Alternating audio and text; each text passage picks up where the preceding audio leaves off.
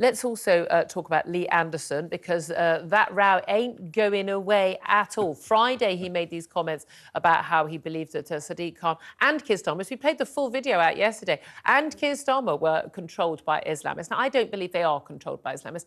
I think Islamist extremists do want to control them. And I think, as he said in an interview last night, doubling down, that actually, although I don't believe he's right to say that, he says it was clumsy language, he's admitted that, he won't apologise because he believes that, Sadiq Khan, Police and Crime Commissioner, Mayor of London, has lost control of the streets of London. And he's right in saying that, because that is the case. But he says he won't apologise. He said while he's got breath in his body, calls on the Prime Minister from Sadiq Khan and Keir Starmer to call him as racist and Islamophobic. The Prime Minister's pushing back on that. But crucially also, Lee Anderson doesn't rule out defecting to Reform UK, Richard Tyson and Nigel Farage's party. Yeah, that's him sort of creating extra clickbait and bits and pieces. I've done some digging in the background in all of this, and people are coming in with labels very quickly because it suits what they want to try and achieve from that influence perspective.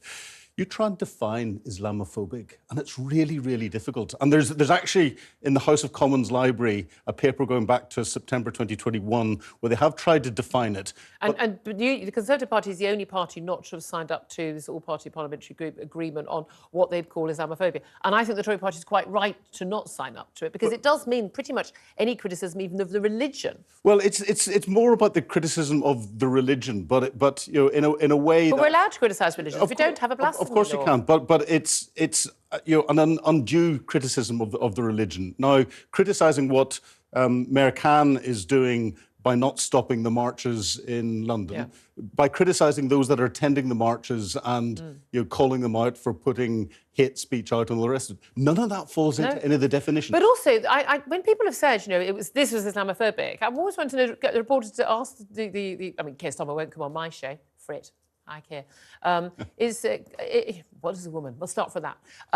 But what is Islamophobia? Because why is what he said Islamophobic? And it seems to be because he said it about a Muslim mayor of London. Yeah, well, they're the ones, again, they're the ones who focus on that. No, he also said it about Keir Starmer. So if it's because he said it about a Muslim man, if he also said it about a white man, then it's not... So it's Islamophobic to say about Sadiq Khan, but it's not Islamophobic to say about Keir Starmer. I don't believe he was right to say it, because I think it's not true. And I think that should be the only test of what someone says. But when we bandy around words like racist, like Islamophobic and everything, and they're used so easily...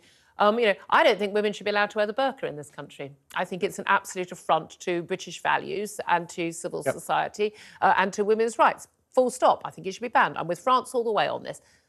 That makes me Islamophobic, according to this definition, and a lot of people. But I don't believe it is. I think it's about being, pro-British and pro-women. But there we are. I think Lee Anderson was abusive towards Sadiq Khan unnecessarily.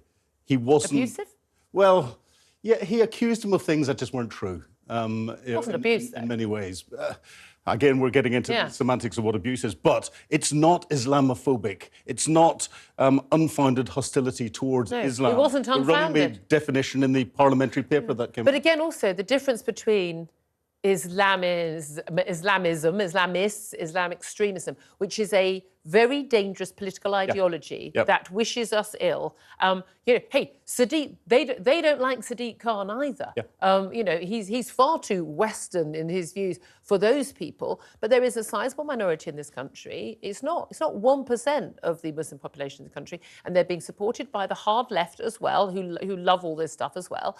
And they are a danger to this country. But it's fair for Lee Anderson to point out, we've got these marches on the streets, and the police are saying these are untenable in terms of the pressure they put on the police resources every week, the cost, and the lack of, they can't police anything else because they're dealing with this every single week. How long does it go on for?